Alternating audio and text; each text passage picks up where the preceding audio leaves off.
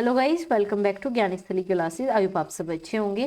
तो चलिए गाइज, आज की मोस्ट इंपॉर्टेंट वीडियो को स्टार्ट करेंगे। जैसे कि आप सभी को पता है, सीटेट की जो आपका एग्जाम है वो बहुत ही नज़दीक आ चुका है। तो अब आपको क्या करना है, अब आपको जो भी हमने आपको प्लेलिस्ट शेयर की है उस प्लेलिस्ट को देखो और अच्छे से आप उस काम को करो, क्योंकि प्लेलिस्ट में आपको हिंदी और आपको CDP दोनों मैंने आपको प्रोवाइड की है। हिंदी और CDP आप दोनों जाकर देखो, क्योंकि ये आपके एग्जाम के लिए बहुत ही ज़्यादा जरूरी है। क्योंकि हिंदी का सिलेबस आपका 60 नंबर वाला है, जो कि आपका बिल्कुल सेम है, चाहे आप लैंग्वेज 1 ले रहे हो या लैंग्वेज 2, तो ये दोनों में ही आपकी हेल्प करेगा। इसके अलावा बात करें CDP बिल्कुल आपका बेस है। अगर यही आपको नहीं आता तो भूल जाओ कि आपका सीटेट पास हो सकता है, क्योंकि 70+ क्वेश्चन आपके CDP या फिर आप कह सकते हो पेडागोजी से आते हैं। तो इसके लिए आपको CDP की क्लास करनी होगी। अगर आपने अभी तक नहीं देखी तो आप 2x पे करके देख लो, क्योंकि एग्जाम आपका नज़दीक है, तब आपको अपनी पढ़ाई बहुत अच्छे से करनी पड़ेगी। तो चलिए आज की क्लास को स्टार्ट करेंगे। तो आपके यहाँ पर मॉक टेस्ट कराए जा रहे हैं, जो कि आपके एग्जाम के लिए बहुत ही ज़्यादा इंपॉर्टेंट है, क्योंकि मॉक टेस्ट आपके हैं यहाँ पर PYQ, और सीटेट में PYQ का बहुत ही ज़्यादा इंपॉर्टेंट रोल है। तो हम आपके यहाँ पर कंप्लीट PYQ कर रहे हैं। इससे पहले काफ़ी आपके PYQ हम कर चुके हैं। तो अगर आपने प्लेलिस्ट चेक नहीं की तो आप प्लेलिस्ट चेक कर लेना, आपको PYQ की प्लेलिस्ट मिल जाएगी। ठीक है, तो आपको जाना है, वो चेक करना है। चलो आज की क्लास को स्टार्ट करते हैं।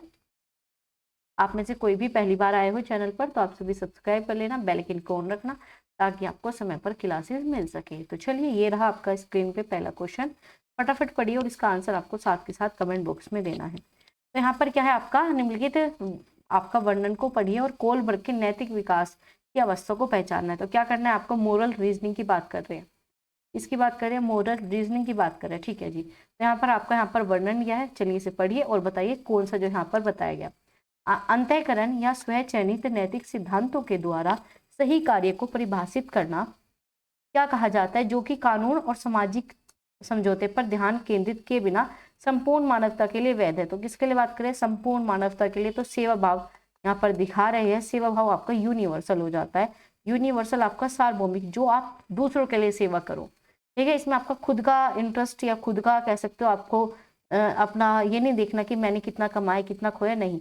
इसमें आप खुद के जो लालच है उसे हटाकर जो है आप दूसरों के बारे में सोचते हो, दूसरों के लिए काम करते हो। जैसे कि आपके शहीद भगत सिंह थे, उन्होंने अपना कोई मतलब नहीं रखा, उन्होंने देश के लिए काम किया है। तो ये आपका यही स्टेज है, जो कि सबसे लास्ट स्टेज है कोलबर्ग की। अगर हम बात करें, कोलबर्ग ने जो है अपने 3 लेवल दिए हैं।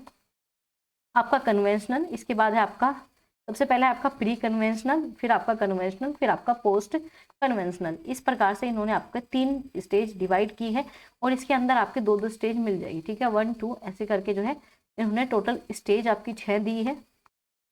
टोटल स्टेज जो है इन्होंने 6 दी, और जो आपके लेवल है वो 3 है। तो लेवल को याद रखना, प्री कन्वेंशनल, कन्वेंशनल और पोस्ट कन्वेंशनल। चलो अब बात करें, हमने देख लिया ये क्या है आपका, आपका यूनिवर्सल है। क्या है, यूनिवर्सल नैतिक सिद्धांत की बात करता है। तो आपका यहाँ पर 4th आंसर बिल्कुल सही है। वहीं पर बात करें हम सोशल ऑर्डर मेंटेन, इसमें क्या होता है, हम जो आपका समाज की अवस्था आप उसे मान लेते हो। ठीक है, इसमें क्या होता है आपका सामाजिक अनुबंधन, इसमें आप खुद की चीजें भी लेके आते हो। और यांत्रिक में इसमें क्या होता है, टिट फॉर टैट वाला, या फिर जो आपका पर्पज होता है उसके लिए आप काम करते हो। चलो जी, ये मैंने आपको बता रखा है पहले भी। चलो बताइए अगला क्वेश्चन, मूर्त क्रियात्मक के बारे में पूछा है। निम्नलिखित में से कौन सा मूर्त क्रियात्मक के प्रमुख रूप में से कौन सा सही है, बताइए। आपका सजीवाद होगा, ठीक है, चिंतन होगा, आपका सुरक्षित रखने की योग्यता है, परिकल्पित निगमात्मक तर्क है, आपका द्वितीय वर्तुला प्रक्रिया है। बताइए क्या होगा। तो आपका इसमें क्या हो जाएगा, मूर्त पूछा है। ठीक है जी, क्या पूछा है आपका, मूर्त पूछा है, कौन से कौशलों में से एक है। जल्दी से बताइए आप सभी आंसर। तो इसमें बिल्कुल सही हो जाएगा। मूर्त की अगर बात करें तो इसमें बच्चों को सजीववाद आने लगता है। ठीक है, आपका इसमें प्रमुख कौशल पूछा है, पर बताइए क्या होगा। हाइपोथेसिस आपकी किस में आ जाएगी, आपका लास्ट वाली स्टेज में आ जाती है, जो कि आपके फॉर्मल ऑपरेशनल में आ जाती है, जो कि पियाजे के द्वारा दी गई है। अब बताइए इनमें से कौन सा प्रमुख कौशल होगा। तो सुरक्षा कन्वर्जन भी आपके इसी में आता है। ठीक है, कन्वर्जन आपका मूर्त में ही आता है, इसमें बच्चा कन्वर्ज कर सीख जाता है, रिवर्स करने की बात इसमें आ जाती है। तो सुरक्षित रखना योग्यता आपका यहाँ पर सेकंड बिल्कुल सही हो जाएगा। जीववाद बच्चा अपना पहले सीख जाता है। ठीक है, तो आपका ये सही हो जाएगा। मूर्त क्रियात्मक पूछा था ना, तो ये आपका सही हो जाएगा। चलो आगे बात करेंगे। इसमें पूछा है जीन प्याजे एवं आपका जीन प्याजे और लेवाइगोस्की ने संरचनावादी अधिगम को किस रूप में देखा। अब इन दोनों की जो है आपको विशेषता बतानी है। बताइए क्या होगा। कौशल को अर्जन करना, ठीक है, हो सकता है। प्रतिक्रियाओं का अनुबंधन करना, अनुबंधन की बात करते हैं आपके स्किनर, आपके थॉर्नडाइक, आपका पॉडलव, ये क्या करते हैं, कंडीशनिंग की बात करते हैं, तो ये बिल्कुल नहीं होगा। आगे आपका निष्क्रिय, निष्क्रिय क्या होता है आपका, नेगेटिव हो जाता है। निष्क्रिय आपका एनसीएफ ने बिल्कुल नकारा है और ये चीजें बहुत ही ज्यादा गलत है। हमें बच्चों को निष्क्रिय नहीं रखना। और यहाँ पर संरचनावादी दे रखा है, तो संरचनावादी हमेशा एक्टिव होते हैं। तो आपको एक्टिव एक ही आपको मिल गया की पॉइंट, वो है आपका यहाँ पर सक्रिय। तो बस यही आपका आंसर होगा। ठीक है, हमें क्या करना है, process of meaning making by active engagement. हमें एक्टिव रह के जो है एंगेज करना है, एक्टिव रह के ही हमें चीजें करनी है। तो आपका यहाँ पर फोर्थ आंसर बिल्कुल सही हो जाएगा। ठीक है, तो आपका फोर्थ आंसर बिल्कुल सही है। चलो आगे चलते हैं। बताइए इसका समाचार पत्रों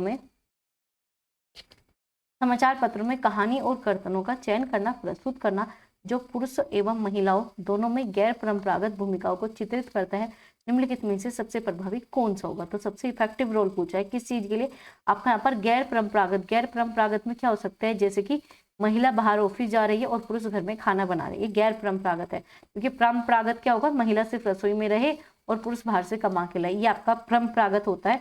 तो इस वजह से गैर परंपरागत जो आपकी ट्रेडिशनल में चल रही थी चीजें, आप उन्हें डिनाई कर रहे हो, आप उन्हें कैंसिल कर रहे हो। तो इसी वजह से आपका गैर परंपरागत उदाहरण जो है आपके समाचार पत्रों में आने लगे हैं। अब आपको दिखता है कि महिला भी जो है बाहर का काम करती है, तो ये सब आपका यहाँ पर बताया गया। तो बताइए किस चीज को डिनोट कर रहा है, सबसे इफेक्टिव आपका इसमें स्ट्रेटजी क्या होगी, बताइए। आपका लैंकिंग जेंडर, पक्षपात को बढ़ाना। देखो पक्षपात की बात नहीं कर रही है, प्रमोट को कम कर रहे हैं, ये पक्षपात को कम कर रहे हैं, प्रमोट तो नहीं कर रहे। कट हो गया आपका। आगे है आपका लैंकिंग जेंडर स्थिरता को बढ़ाना, मतलब क्या करना है, प्रमोट करे किसे, आपके जेंडर स्थिरता, कंटिन्यूसी आपका इसे क्या कर रहे हैं, जेंडर स्थिरता मतलब चीजें फिक्स कर रहे हो, तो फिक्स नहीं करना, ठीक है, फिक्स वाली गलत हो जाएगी।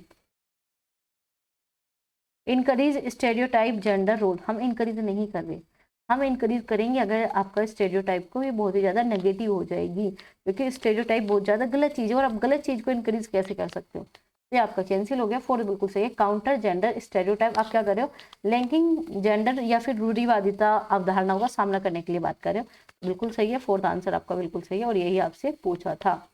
क्या पूछा था आपसे, फोर्थ आपका बिल्कुल पूछा था, तो फोर्थ ही आपका आंसर सही है। चलो आगे चले, चलो आगे चलते हैं। क्वेश्चन नंबर 5, इसका आंसर दो। इसमें क्या है, निम्नलिखित में से कौन से बच्चे जो है सामाजिकरण में सबसे महत्वपूर्ण भूमिका निभाएंगे, बताओ। निम्नलिखित में से कौन आपका बच्चे के समाजीकरण में, सोशलाइजेशन में सबसे इंपॉर्टेंट रोल कौन प्ले करेगा। तो मीडिया भी हमने देखा, मीडिया से हम परंपरागत गैर परंपरागत सभी प्रकार के रोल देखते हैं। तो बच्चा टीवी, टेलीविजन, मोबाइल, अखबार, न्यूज़पेपर, किताबें, पुस्तक पढ़ के भी क्या करता है, समाजीकरण करता है, अच्छी बात है। आगे आपका विद्यालय, विद्यालय तो आप सभी को पता है ये क्या है आपका, अगर हम बात करें सोशलाइजेशन दो प्रकार से डिवाइड है, एक आपका प्राइमरी, दूसरा आपका सेकेंडरी। प्राइमरी में सिर्फ आपका परिवार से रिलेटेड चीजें आ जाएगी, जैसे कि आपका भाई, आपकी बहन, आपकी माता, आपके पिताजी। और आपका सोशलाइजेशन से क्या आ जाएगा, सोशलाइजेशन में आपका आ जाएगा जैसे कि विद्यालय, परिवार, विद्यालय आ जाएगा, आस पड़ोस आ जाएगा, मीडिया, ये सब आपका सेकेंडरी होता है। तो हमें यहाँ दिख रही है चारों ही बहुत पॉजिटिव चीजें है और ये चारों ही बच्चे के सोशलाइजेशन में इंपॉर्टेंट रोल प्ले करती है। तो क्या आ जाएगा यहाँ पर, फोर्थ आंसर बिल्कुल ठीक है। चलो आगे चलेंगे। हार्वर्ड गार्डनर का पूछा है बहुबुद्धि सिद्धांत, बताइए इनके अनुसार क्या होगा। निम्नलिखित विशेषताओं से युक्त एक व्यक्ति की बुद्धि को किस प्रकार से वर्गीकृत किया जा सकता है, मतलब आप कैसे डिवाइड कर सकते हो। सबसे पहले पूछा है यहाँ पर विशेषता दी है, इसके अकॉर्डिंग आपको बताना है। विशेषता क्या है, दूसरों की मनोदशा, स्वभाव, प्रेरणा, अभिप्राय को उचित तरीके से पता लगाने के लिए आप काम करें। ओके, आगे क्या, उनकी प्रतिक्रियाओं का योग्यता। तो आपको यहाँ पर क्या बात करें, दूसरों की, जब आप दूसरों की मनोदशा का पता करने लगो, दूसरों के स्वभाव का, प्रेरणा का, अभिप्राय का, तो ये आपकी किस प्रकार की यहाँ पर बहुबुद्धि की बात करते हैं। तो अगर हम बात करें प्राकृतिक बुद्धि, आपका इस बार पूछा था 2024 में जुलाई में, तो सेम क्वेश्चन आपका इस बार भी आया था। तो क्या है, प्राकृतिक बुद्धि प्राकृतिक की बात करती है, वातावरण की बात करती है, पर्यावरण से रिलेटेड है, एनवायरमेंट से रिलेटेड है। आगे बात करेंगे अंतरा व्यक्ति, अंतरा मतलब इंट्रापर्सनल, इंट्रापर्सनल होता है सेल्फ, जब आप खुद की फीलिंग के बारे में सोचते हो, खुद के बारे में सोचते हो, खुद की मनोदशा के बारे में सोचते हो, यह आ जाएगा आपका सेल्फ मतलब स्वयं, बस इतना याद रखना।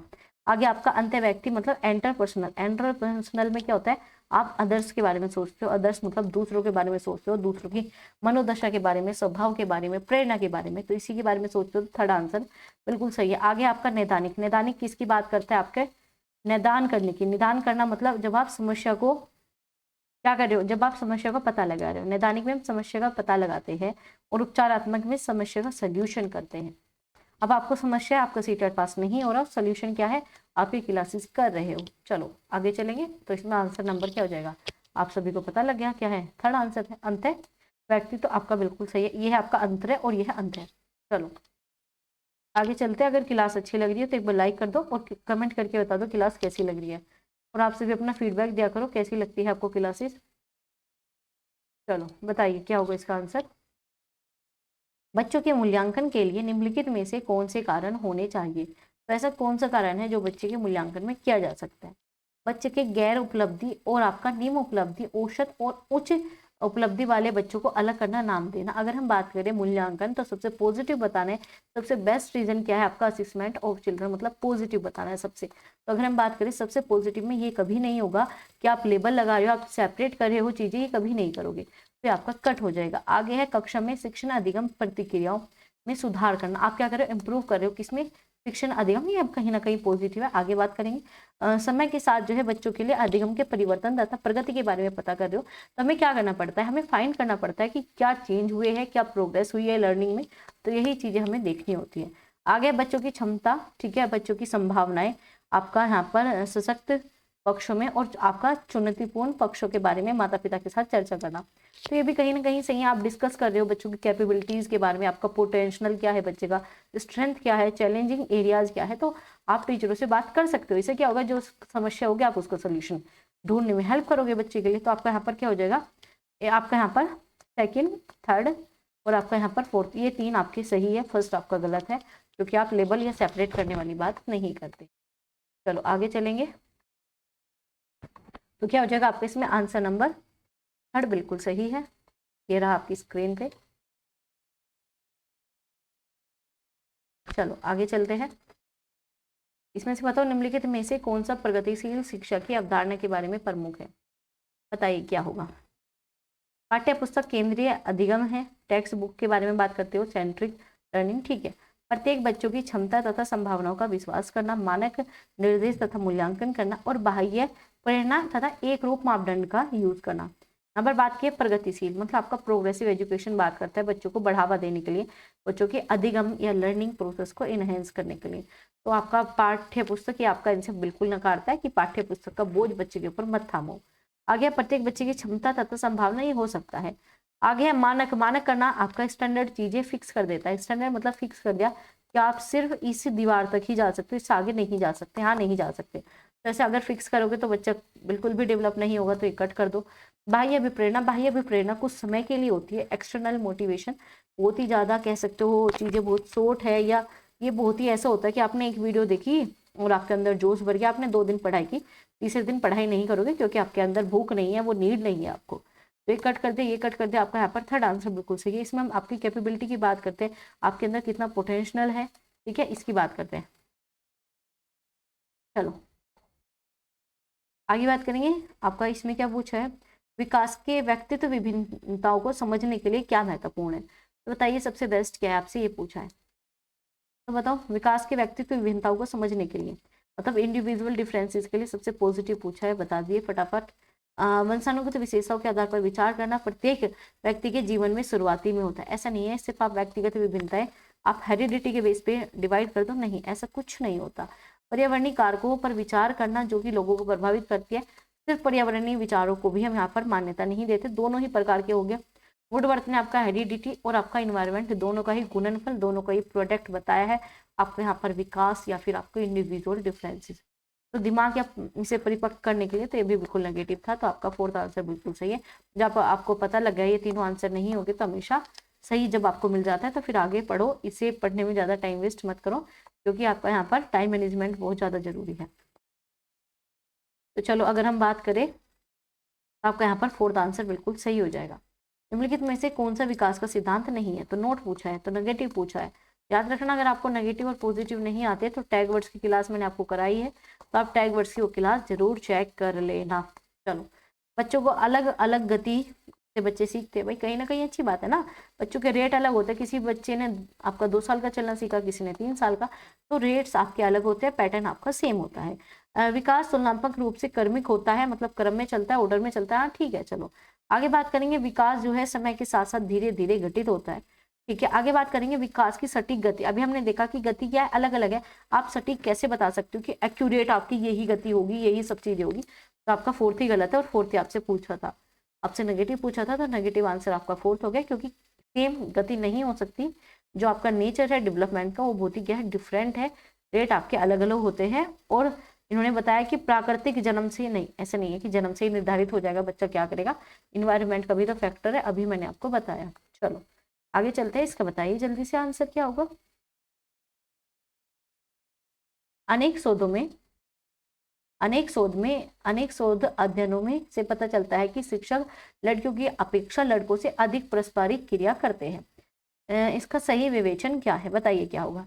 लड़कों की तुलना लड़कों में शैक्षिक क्षमता काफी अधिक होती है। अच्छा जी, आगे क्या है, लड़कों की तुलना में लड़कों की अधिक जो है अवधान होता है। यह शिक्षा में लिंग पक्षपात का एक उदाहरण है। कक्षा में लड़कियों की तुलना लड़कों को आसानी से नियंत्रित किया जा सकता है, बताइए क्या होगा।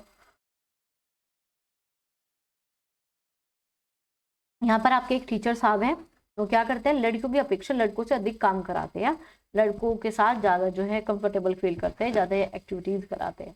क्यों? क्योंकि उन्हें लगता है कि लड़कियां जो है ना बहुत कमजोर होती है। तो ये किसे बता रहा है, क्या बता रहा है, आपके पक्षपात को। यहाँ पर जेंडर, आपका जेंडर बायसनेस हो रही है।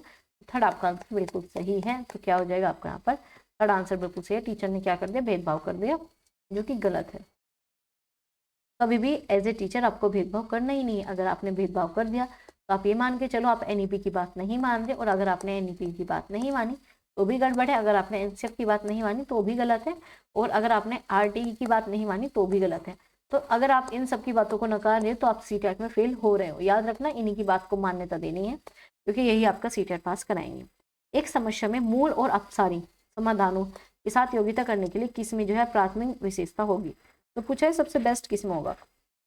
अगर मैं बात करूँ आपका अपसारी, इसे आप बोल सकते हो मूड लिखा है, ठीक है, इसे आप लॉजिक वाली चीजें बोल सकते हो, ठीक है, इसे आप डाइवर्जेंट बोल सकते हो, इसके अलावा इसे बोल जाते हो क्रिएटिविटी बोल सकते हो, ठीक है, क्रिएटिव बोल सकते हो। इसके अलावा आप बोल सकते हो एनालिटिकल लॉजिक बोल सकते हो, या फिर आप क्रिटिकल थिंकिंग की बात कर सकते हो। तो ये सब क्या आपके इसी के नाम है।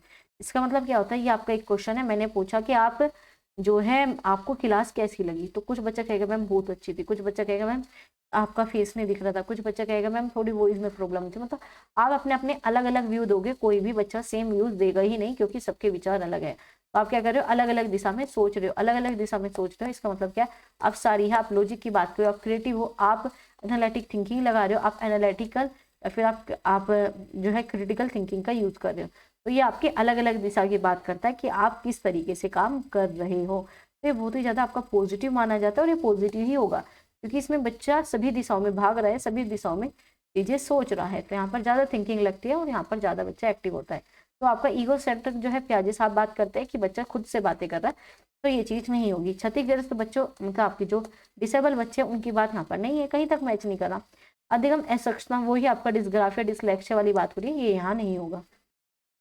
क्रिएटिव बच्चा क्या होता है, जब आपके बहुत ही ज्यादा क्या हो, बच्चा अलग अलग प्रकार से सोचे, और क्रिएटिव मतलब बच्चा सोच पा रहा है, नई थिंकिंग ला पा रहा है। तो यही आपका आंसर हो जाएगा। तो आपका आंसर नंबर क्या हो जाएगा, थर्ड बिल्कुल सही है। और आप भी साथ के साथ कमेंट करो, और बाद में चेक करो आपका क्या स्कोर रहा, और मुझे कमेंट करके जरूर बताना कि मैम ये स्कोर रहा, ठीक है। थर्ड आंसर आपका बिल्कुल सही है।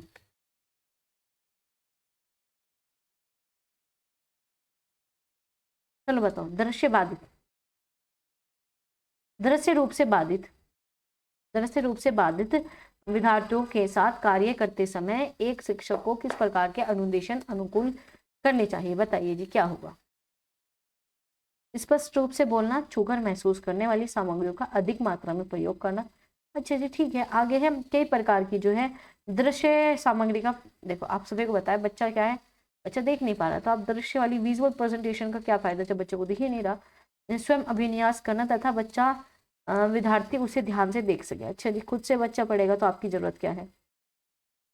आगे क्या है, एक प्रकार के लिखित कार्य तो उसे दिख ही नहीं रहे, तो आपका यहाँ पर आंसर नंबर ए बिल्कुल सही है, जो कि आप सभी दे भी रहे हैं तो क्या आ जाएगा आपका यहाँ पर, हमें क्या करना है, अच्छे से स्पीक क्लियरली बोलना है, हमें क्लियर बोलना है ताकि बच्चे समझ पाए। हमें यूज है loads of touch and feel materials, हमें यूज करने वाले, हमें छूने वाले उन सब ऐसी चीज़ों का क्या करना है, मटेरियल्स, ऐसी सामग्री का यूज करना है जिससे बच्चा सीख सके। आप ब्रेल लिपि का यूज कर सकते हो क्योंकि आप टच करके आप इन सबको फील करके सीख सकते हो। आगे चलते हैं, आपका अगला क्वेश्चन ये रहा आपकी स्क्रीन पे, जल्दी से आप आंसर दीजिए, क्या होगा इसका आंसर बताइए। प्रयोगात्मक अधिगम एवं हम उम्र साथियों के द्वारा शिक्षण का एक समावेशी कक्षा में किस प्रकार का प्रयोग किया जाता है, तो पूछा है सबसे पॉजिटिव आपका कोऑपरेटिव लर्निंग, ठीक है, आपका कोलैबोरेशन, मतलब आपका जब बच्चे बहुत ही ज्यादा सहयोगी होते हैं, आप कह सकते हो सहपाठी के साथ बच्चा सीखता है, आपका बच्चा पीयर ग्रुप में सीखता है, हम उम्र मतलब पीयर ग्रुप, आप एक दूसरे के साथ सीख रहे हो तो क्या है आपका बताइए, इससे बच्चा सक्रिय रूप से आगे बढ़ता है, हो सकता है सक्रिय रूप से हतोत्साहित करना, डिस्करेज करना, मैंने आपको टैग वर्ड की क्लासेस में बताया, सभी प्रकार के टैग वर्ड मैं आपको प्रोवाइड कर चुकी हूँ। अगर आपने वो चीज़ें नहीं देखी तो आप एक बार जाकर प्रीवियस वीडियो प्लीज़ चेक कर लेना, उसमें वो सारी चीज़ें मैंने ऐड कर दी है। आगे कभी कभी अगर आप कभी कभी वो चीज़ें यूज़ करोगे तो बहुत ही ज़्यादा गलत हो जाएगा, ठीक है, कभी कभी वो चीज़ें आप यूज़ करोगे तो वो बहुत ही ज़्यादा गलत हो जाएगा। आगे बात करेंगे प्रयोग नहीं करना, तो क्या है आप यूज़ ही नहीं कर रहे उस चीज़ का तो भी गलत हो जाएगा, ठीक है, अगर आप यूज़ नहीं करते तो भी बहुत ही ज़्यादा नेगेटिव है, तो आपका ये भी आंसर नहीं होगा। तो क्या आ जाएगा आपका आंसर नंबर 1 बिल्कुल सही है। क्या करना, आप सक्रिय रूप से आगे बढ़ रहे हो, आप प्रमोट कर रहे हो, एक्टिवली क्या कर रहे हो, आप खुद को प्रमोट कर रहे हो, ये बिल्कुल सही है। बच्चा अगर सहयोगी है तो आपस में आप एक दूसरे की थिंकिंग को समझते हो, आप एक दूसरे के बारे में सोचते हो, समझते हो। अब कोई जो है हिंदू है और कोई मुस्लिम है, ये दोनों जब एक साथ पढ़ेंगे तो क्या होगा, वो कुछ हिंदू कल्चर के बारे में जानेगा, कुछ मुस्लिम कल्चर के, वो अपनी अलग थिंकिंग बताएगा, ये अपना बच्चा अलग थिंकिंग बताएगा। तो हम क्या करें, एक दूसरे के साथ सीख रहे हैं, हम अपने विचारों का आदान प्रदान कर रहे हैं, अपने अनुभव का आदान प्रदान कर रहे हैं, अपनी क्षमता के बारे में बता रहे हैं। जहाँ डिफिकल्टी से होगी वहाँ पर ये हेल्प करेगा, इसे डिफिकल्टी होगी वहाँ पर ये हेल्प करेगा। तो हम एक दूसरे के साथ लर्निंग की बात करते हैं, एक दूसरे के साथ हम सीखते हैं। चलो आगे बात करेंगे हम, ये आपका क्वेश्चन नंबर 5, जल्दी से बताइए क्या होगा इसका आंसर, जल्दी से आप मुझे इसका आंसर दो, क्या होगा, समावेशी शिक्षा किसे कहते हैं बताइए, ठीक है। निम्नलिखित में से कौन सा समावेशी कक्षा में सबसे अधिक महत्वपूर्ण है, तो सबसे बेस्ट बताना है क्या होगा। एक रूप निर्देश, मानकीकृत परीक्षण, प्रतियोगी अधिगम को बढ़ावा देना, विशिष्ट योजना, बताइए। हम बात करें समावेशी, समावेशी क्या होता है आपका, इंक्लूसिव एजुकेशन, एक छत के नीचे सब बच्चों को लेके आओ और सबका जो सोचने या सबकी जो आपकी लर्निंग है वो उनकी नीड के अकॉर्डिंग हो, जैसी नीड होगी आप वैसे ही लर्निंग प्रोवाइड करोगे, बच्चों की रुचि के अकॉर्डिंग हो, बच्चों की क्षमता के अकॉर्डिंग हो, वैसे ही बच्चे को सिखाना है। तो यही आपका यहाँ पर पूछा है, तो क्या होगा, एक यूनिफॉर्म नहीं करना, सबको एक डंडे से हाँकना नहीं होता, यूनिफॉर्म मतलब सबको एक ही चीजें अपनाने को कहो, ऐसा नहीं कहोगे। मानकीकृत अभी बताइए, चीजें फिक्स कर देता है कि बच्चा बस यहाँ तक ही जाएगा, इससे आगे यहाँ पर नहीं जा सकता।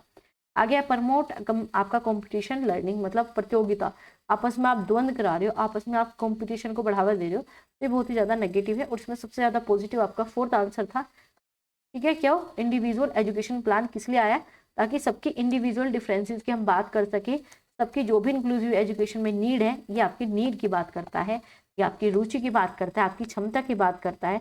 तो समावेशी शिक्षा में सभी की हमें ध्यान रखना है, सबका ध्यान रखना है, सबका विकास करना है। तो आपका 4th आंसर बिल्कुल सही है, ठीक है। चलो ये है आपका यहाँ पर क्वेश्चन नंबर 16, बताइए इसका आंसर क्या होगा। चलो एक बार पढ़ते हैं इसे जल्दी से। अधिगमकर्ता और उनकी प्राथमिक विशेषताओं के मिलान करना है, मिलान युग्मों में से निम्नलिखित में से सही है, तो आपको पेयर करना है, ठीक है, करेक्टली मैच्ड पेयर जोड़िए किसके साथ क्या होगा। सर्वे क्षतिग्रस्त अधिगमकर्ता क्या होता है, दृश्य सूचनाओं को समझ नहीं सकते। अच्छा जी, आगे है आपका पठन या क्षमता, अधिगमकर्ता धारा प्रवाह या पढ़ने लिखने में कमी होगी, इस लक्ष्य की बात की है। क्रिएटिव बच्चा क्या होता है, बहुत ही ज्यादा हाइपर एक्टिव होता है, ठीक है, वो क्या करता है, काम में बहुत ही स्लो होता है, अपने काम को पूरा करने में धीमी गति दिखाता है। अटेंशन डेफिसिट लर्नर्स क्या होता है, अवधान कमी, अधिगमकर्ता उच्च अभिप्रेरणा, लंबे समय तक अवधान को बनाए रखने के लिए। अच्छा जी बताइए, ये 4 आपके यहाँ पर इलनेस है, आपके डिसेबल चीजें हैं।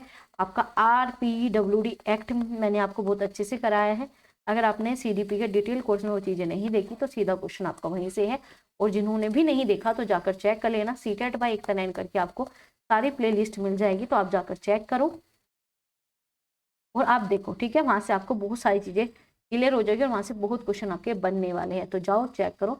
और ये क्वेश्चन मैं आपको देती हूँ होमवर्क में।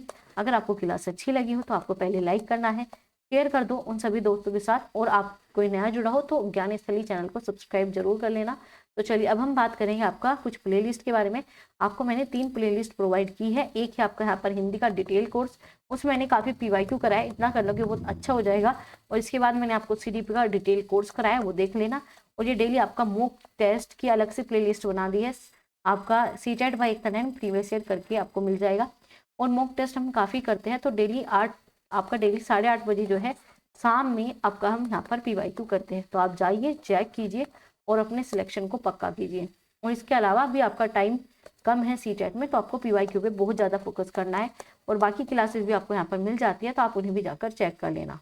अगर आपको क्लास अच्छी लगी हो तो एक बार आप फीडबैक जरूर दे देना कि आपको क्लास कैसी लगी, क्योंकि आपका फीडबैक मुझे मोटिवेशन देता है और मेरा मोटिवेशन आपका फीडबैक है कि हाँ आपको इतनी सारी चीज़ें, इतनी बेहतरीन कंटेंट समझ में आ रहा है या फिर नहीं, मुझे पता चलना चाहिए। तो अगर आपको क्लासेस अच्छी लगती है तो एक बार फीडबैक देके जरूर बताइए।